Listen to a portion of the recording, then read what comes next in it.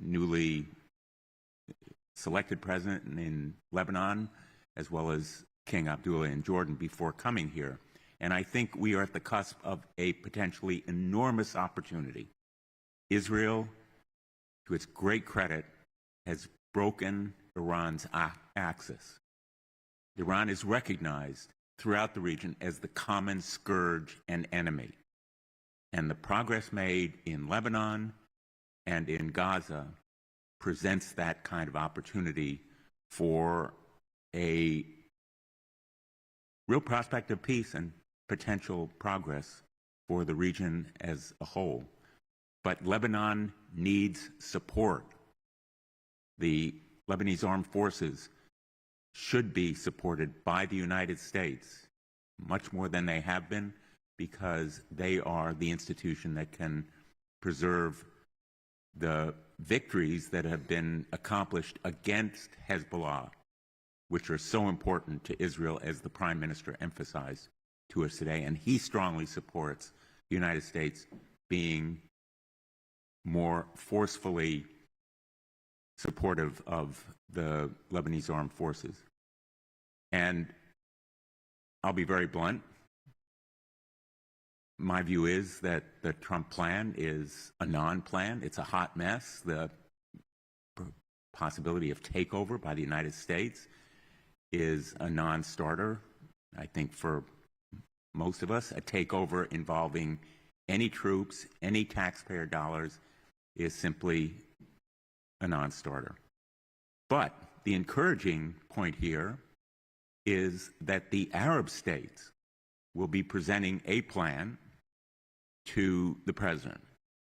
My talks with King Abdullah convinced me that the plan that the Arab states will offer to President Trump provides a realistic prospect for normalizing relations, self-determination by the Palestinians, regional defense arrangements, and security for Israel. If those components are part of a realistic plan, it could be a game changer for the region.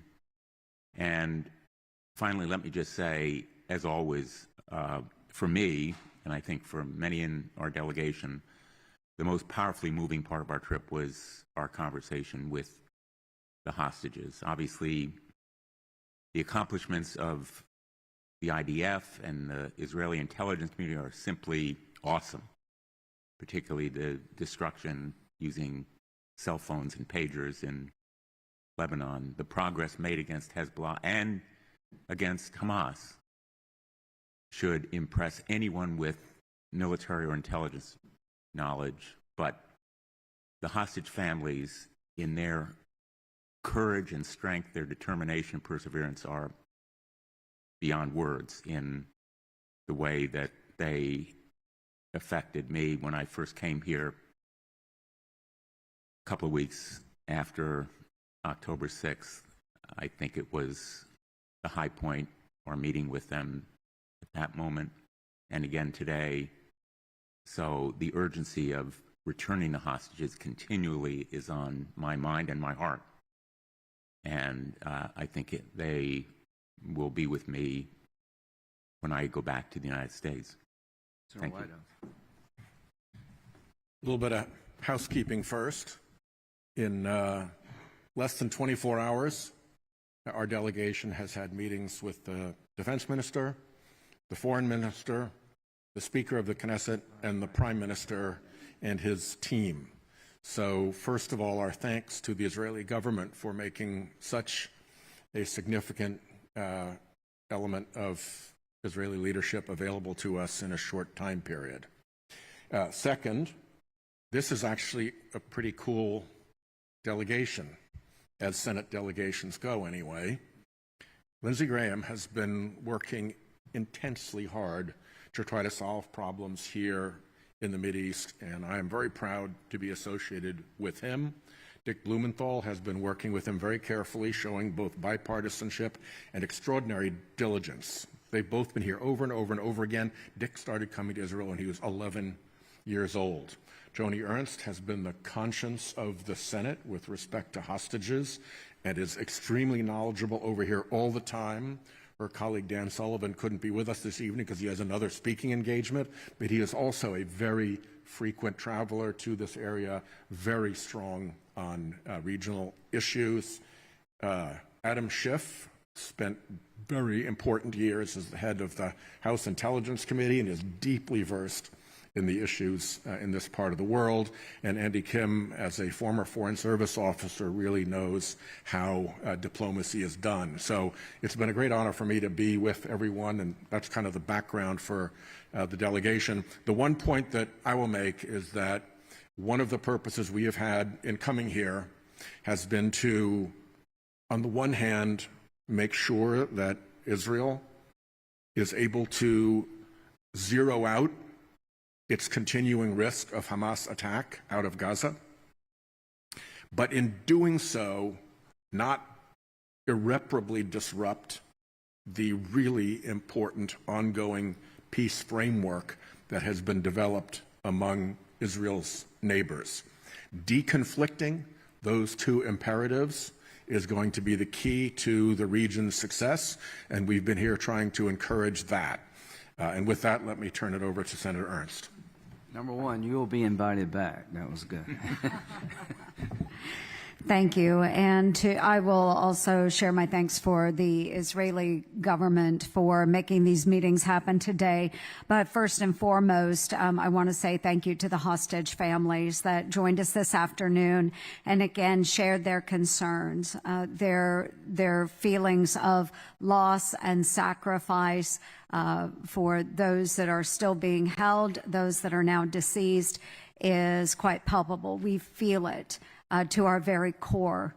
The urgency they asked us to communicate, it is necessary that we bring our hostages home today, so as soon as possible.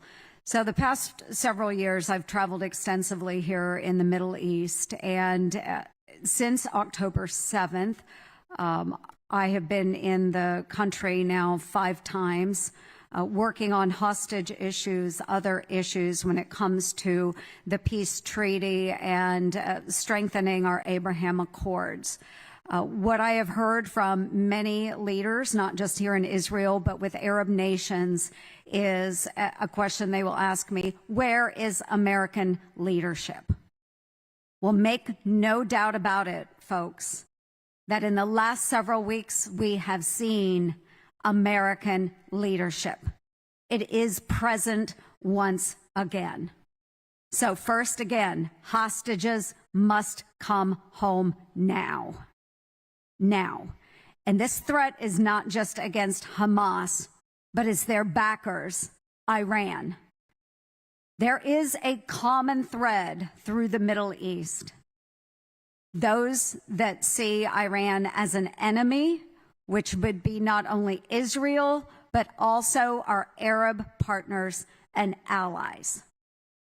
Iran, listen very clearly.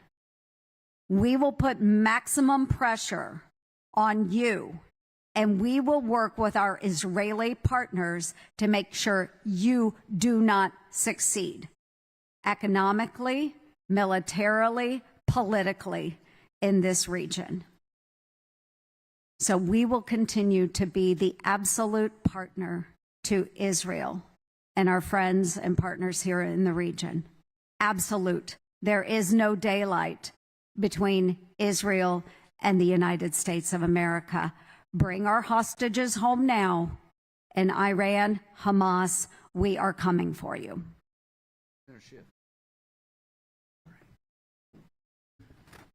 Chairman Graham, I want to join in thanking you for organizing this delegation. It is really an honor to be back in Israel, a country that I feel a very deep personal connection with. It was very, very moving, as Senator Ernst was saying, for us to meet with families of the hostages, to hear the 500 days of hell that they have been through. None of us can imagine what that is like. And being here again, one feels the collective sense of trauma that the nation has been through and continues to be going through. And I just want to underscore what my colleagues have said, that you are not alone. The United States stands shoulder to shoulder with Israel. We have been so devastated not only by the magnitude of the horror that was inflicted on Israel 500 days ago, but also by the incredible wave of anti-Semitism it unleashed around the world, all too much of which we have experienced in the United States as well. A surge of anti-Semitism, which I know must contribute to a sense in Israel of being alone, but we want to underscore that you are not alone. You have a very powerful friend and ally standing with you, and that is the United States of America. Hamas can never be allowed to pose a military threat to Israel again. Hamas cannot be allowed to govern or pose any kind of authority in Gaza or anywhere else again. That is a non-starter. I do think it is important to think about where Israel wants this to end up. It is hard to know how to prosecute a war without knowing for sure where you want the end to be. And although I know this is an unpopular idea in Israel, I believe that ultimately the way to a lasting peace will require two states. What the attributes of a Palestinian state will have to be the subject of negotiation. But I hope that after Hamas is no longer a threat to Israel or anywhere else in the world, I hope that when security, not just a sense of security by Israelis, but the reality of security for Israel has been restored, that we can once again think about what the future can look like, that we can help achieve together. And once again, just a great honor and privilege to be here in Israel. Thank you.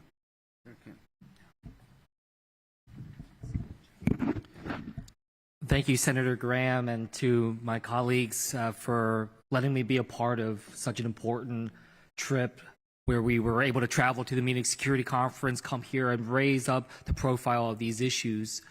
For those that don't know me, I'm Senator Andy Kim, and I have to just say it was immensely powerful to be able to stand here alongside Israel commemorating 500 days since the attacks on October 7th, to grieve, to remember, and I think it was important to raise up, to remember the over 40 Americans that were brutally killed on that day, and then the hostages that we are seeking to have released. As the senator from New Jersey, my responsibility is certainly first and foremost as well with my own constituent, the Alexander family, Adon Alexander. That is a name that I raised in every single meeting that I had today. And the fact that we also had a chance to sit down with his mother and hear from the families of the hostages, what they really wanted to express is that hostages are not leverage.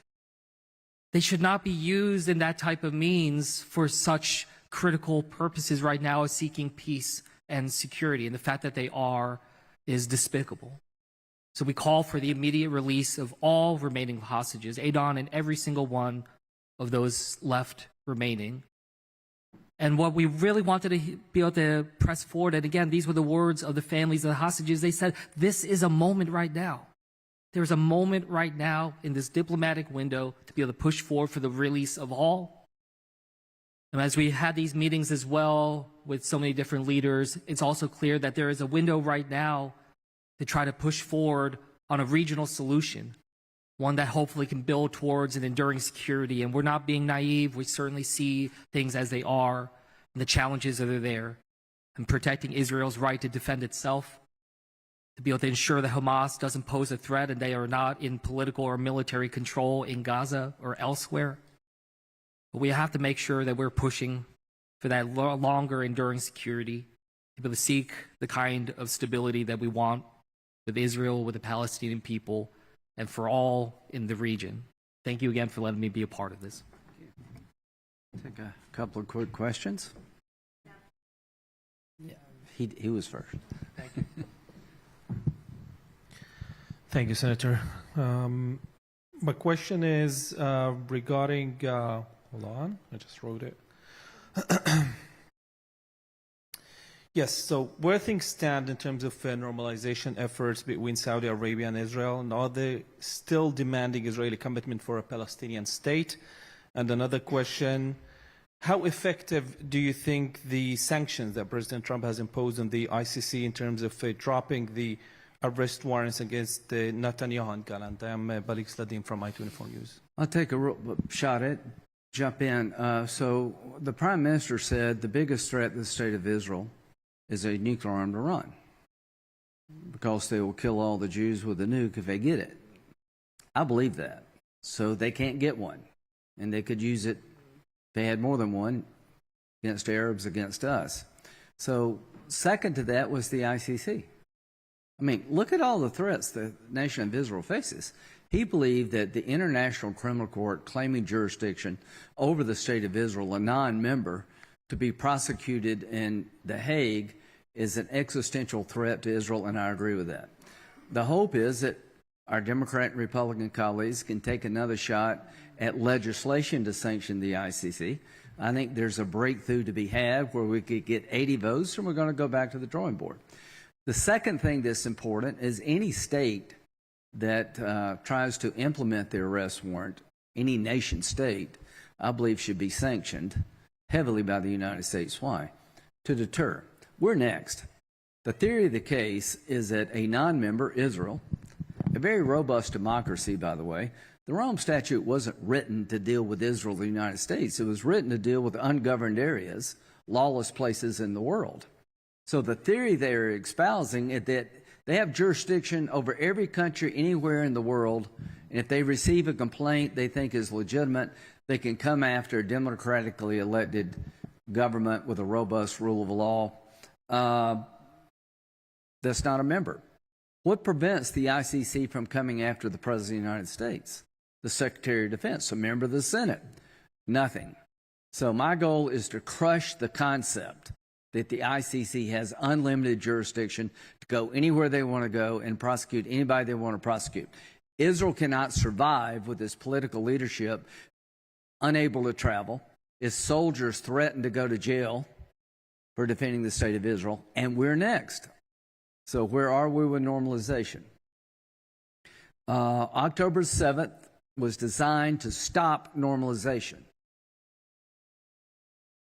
Senator Ernst met with MBS on October the 6th, and he was very enthusiastic about the impending breakthrough. I've come here more times than I can count. I practically moved to Saudi Arabia. The deal was there. It was a matter of days, not months or weeks, in October of 2023 that we were going to announce the biggest deal in 1,000 years. A treaty for Saudi Arabia passed by the United States Senate, recognition of Israel with an end game for the Palestinians that Israel could live with and the Arabs would accept. October the 7th was designed to stop that. Iran's worst nightmare above all others is for the Arabs and the Israelis to reconcile and solve the Palestinian problem in perpetuity. That scares the hell out of them, and October 7th was designed to stop that. Let me tell you where I think we're at. We're a ways away. The attack on Israel, the second largest attack on the Jewish people in the history of the Jewish people since the Holocaust, has been traumatic. The desire to reconcile or live with the Palestinians in any way, shape, or form is a pretty hard sell right now. In the Arab world, Israel's won the war on the ground, but they've lost it on television. You go anywhere in the Arab world, and all they see is morning, noon, and night attacks on the Palestinian people. My promise to the people of Israel and to this region is not to give up. I am very optimistic we will break through, and let me tell you why. There's no other solution. You can destroy Hamas, and we will, but they will come back unless the Palestinians have something to live for and Israel has security to make sure there's no other October 7th. As to Iran, you'll never know peace in this region as long as the Ayatollah and his henchmen have the capability to terrorize the region. So the number one goal for me, above all else, is to neutralize the Iranian nuclear program, to take that threat off the table so we can talk to each other in this region and solve problems for the benefit of the world. As to normalization, I think it's just a matter of time, because what the Arabs want and what Israel wants and what the world wants is to come together in an economic partnership to move forward toward the light, away from the darkness. Let me, I think part of your question was sanctions. Let me just say about sanctions, maximum pressure works. The Prime Minister emphasized to us how important strengthening and enforcing the sanctions are to deterring and weakening Iran. The United States can send a message to Iran. The President said that if there wasn't a release of hostages, there would be hell to pay. Now, Iran ought to be the one to pay hell, because ultimately they are responsible for what Hamas does, as well as Hezbollah and the Houthis. They are the head of the snake. And the common recognition of that fact is an encouraging part of what I see happening, because the Arab plan to be submitted to the President will reflect that common understanding. But maximum pressure through sanctions, which Senator Ernst and I have worked on, I'm hoping we can move forward on, and I hope the administration will do it as well, because the President's the one who said there would be hell to pay.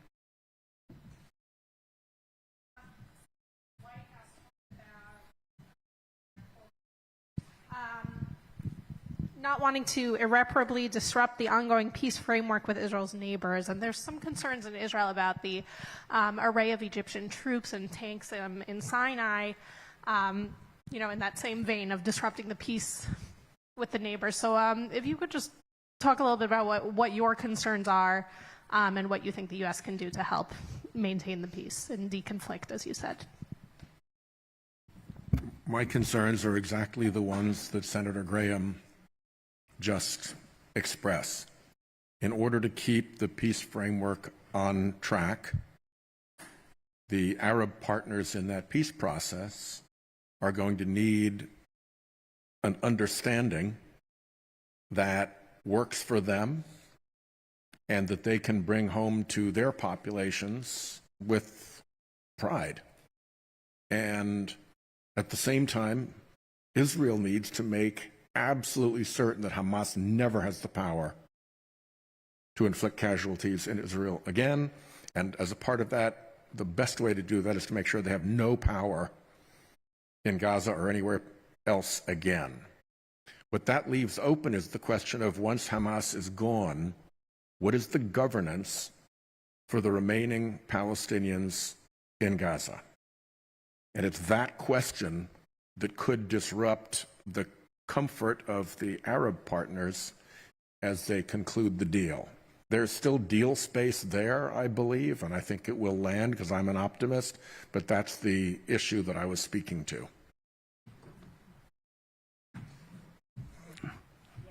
Yeah, we'll get you a couple more. It's Jodie Cohen from Newsmax. Senator Graham, you talked about, in order, the need to deal with Iran, destroy Hamas, and then focus on Gaza. With all the attention being on President Trump's day after plan for Gaza, do you feel that the world's eyes somewhat have strayed away from Iran? The one thing, that's a really good question. She can't say hello without mentioning Iran. The overarching theme of all our meetings, Iran. Iran with a nuke is a nightmare for the Jewish state. It's a nightmare for the world, because Arabs will want a nuclear weapon of their own, and you'll have a nuclear arms race. Everything's important. But if you ask me, people ask me, what keeps you up at night? traveling a lot. Time changes. But Iran with a nuke, because they'll use it. You know, I think Rocket Man's kind of a thug. You got China, you got Russia. This man and his regime are hell-bent on three things: purifying Islam in their own image, the Sunni Arabs, destroying the Jewish state, and driving every Westerner out of the Mideast. So every decision I make as a senator in this region is to make sure their nuclear ambitions are never met. Now we're at a crossroads. Time is not on our side. They're accelerating, in my view, their desire to acquire nuclear capability because their proxies have been very seriously hurt. What to do and when to do it. If you want to negotiate, you better put Iran on a clock or it will never end. If you want to negotiate, you need to have an outcome that will secure the goal of making sure they never have a nuke. That's the Libyan model. I think the chance of successfully negotiating Iran out of their nuclear ambitions is about like me being in the NBA. It's possible, but I don't think it's going to happen. So, I am urging the Trump administration, if you try negotiations, put them on the clock and make sure you tell them up front what an acceptable outcome would look like. If that doesn't work, if you want to do that, then you need to quickly pivot and give Israel the capability they're lacking, which is not much, to deliver a decisive blow to the Iran nuclear program. One Holocaust is enough. If you told me 80 years after the end of World War II, there would be a power on the planet after the extermination, the effort to exterminate every Jew in the world, that openly avows the destruction of the Jewish people, that the world would wonder what to do. The answer is simple: stop them. Stop them now.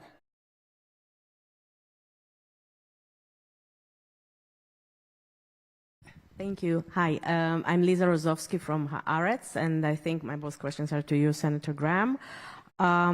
First of all, you were already asked about it, but still, it seems like a lot is happening now in Riyadh, both in connection to the Ukrainian-Russian war and here.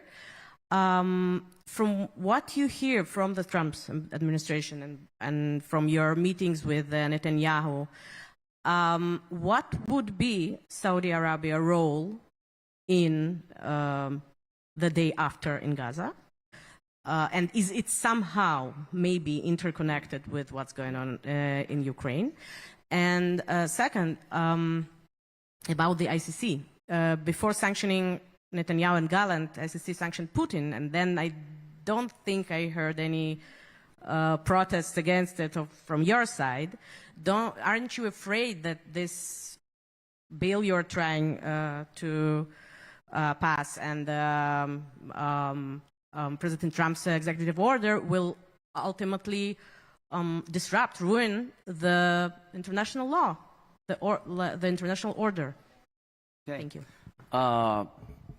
Russia and Israel are not the same. Bibi and Putin are not the same.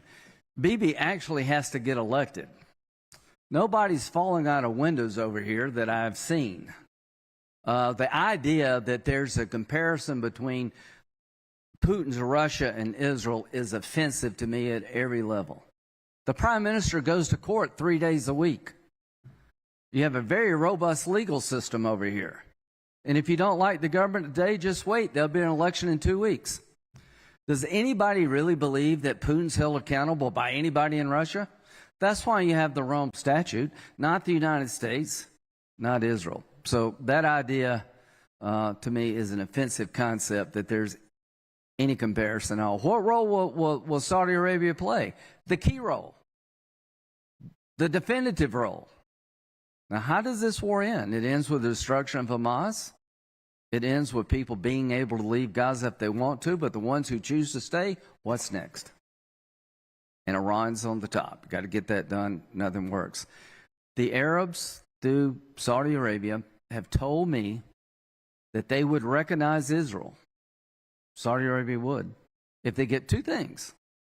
A defense agreement with the United States, which requires 67 votes, is kind of a checkmate to Iranian ambitions and would be the ultimate brand change for Saudi Arabia. It'd be pretty easy to sell a business interest on coming to Saudi Arabia if you could tell that business concern, America will go to war for Saudi Arabia. That's a big brand change. So he wants that. Two, he and every other Arab leader has to deliver a dignified solution to the Palestinian issue or they will not last. I understand the politics in Israel. You're unified in the idea you don't want to reward the Palestinians with a state after they slaughtered 1,200 of your countrymen and women. I get that, and nor should you. But the question becomes, how does this end, and how do you keep Hamas from coming back? Here's the good news. MBS wants Hamas to come back about as much as you do. His 2030 vision is inconsistent with Hamas and the Ayatollah having a nuclear weapon. We have an alignment of interests for the first time since I've been coming here, where Arab leaderships at the UAE and Saudi Arabia have the same view of radical Islam as Israel does. We want no part of it. We reject them. Women are working in Saudi Arabia. They're driving in Saudi Arabia. Then go to dinner by themselves. Things that seem small or large.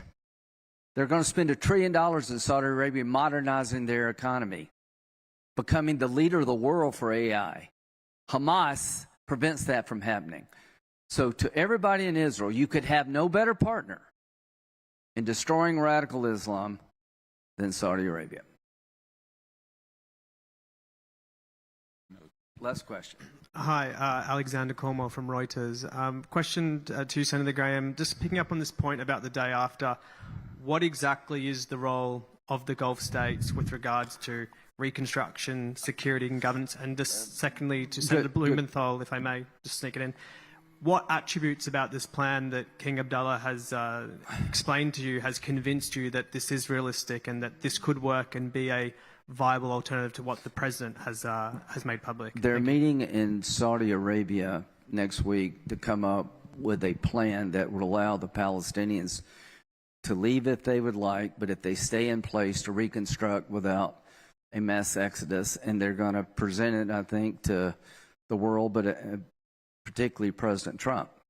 The one thing that President Trump has done, he started a discussion that was long overdue. I think the Arabs have woken up, hey, we need to find a better alternative than what's been said. So I'm quite optimistic the Arab world will come up with a plan and present to President Trump that shows how you can provide security to Israel and deal with the Palestinian issue without driving them all out. Think of World War II. Germany and Japan were the most radical populations on the planet. There's no more radicalized group of people on the planet than people who live in Gaza and, to a lesser extent, West Bank. They've been taught from the time they're born to the time they die, kill all the Jews. How do you fix that? What did we do in Germany and Japan? We changed the education system. We empowered new people. We took the old and replaced it with the new. The one thing I can promise you, I don't speak Arabic. I am not the guy to do this. And quite frankly, our friends in Israel are not the people who do this. Who will change the education system in Gaza? The Arabs. And they're doing it in their own country. Who will give economic hope to the Palestinians? It will be the Arabs, because we're not spending a dime. We didn't start this war. So my belief is that de-radicalization and demilitarization can only be accomplished through Arab involvement. The role of Israel. You should have the ability to go into any place you need to go to stop a terrorist attack. We did not leave Germany and Japan. We had a military presence there, and we're still there in a different role. I think it would be foolish to expect Israel to just leave the day after Hamas is destroyed. You have legitimate security concerns that will require some form of military presence. But let me tell you what would be equally implausible is to occupy Gaza permanently. You can't do that. That will result in Israeli soldiers being killed every week. So in the short term, and I mean years, not months, Israel needs to have the security presence required to prevent another October 7th, and you devolve power back to the new population you create based on conditions. This worked in Germany and Japan. It will work here. But it won't be Americans doing this. It will be the Arab world. Let me, I think you wanted me to elaborate as well. My conversations with Arab leaders, most recently King Abdullah, have convinced me they have a really realistic appraisal of what their role should be in their own national interests, which is security in Gaza, which they have the military resources to do, reconstruction in Gaza, which they have the money to do, education in Gaza, which they have the cultural architecture to do, and an appreciation for the support of the United States through a possible defense treaty against the common enemy, which is Iran. And to the people of the United States, I would remind you that the Hezbollah flag says death to Israel, death to the United States. That's the common mantra among the Iran proxies. Death to the United States as well as to Israel. We have a mutual security interest here because the absence of a secure and lasting peace for this region will mean that it's a continuing source of terrorism threatening the United States. And the Houthi closure of the Red Sea is a perfect example. It is increasing the costs of goods and services in the United States of America because of the increased insurance costs. We are linked by unshakable bonds of faith, culture, economy, and emotion to Israel, but in a very real, hard-headed, practical sense. And we emphasize this point to the Prime Minister. Our future and our fates are inextricably linked by a common national security interest. Thank you all. Thank you.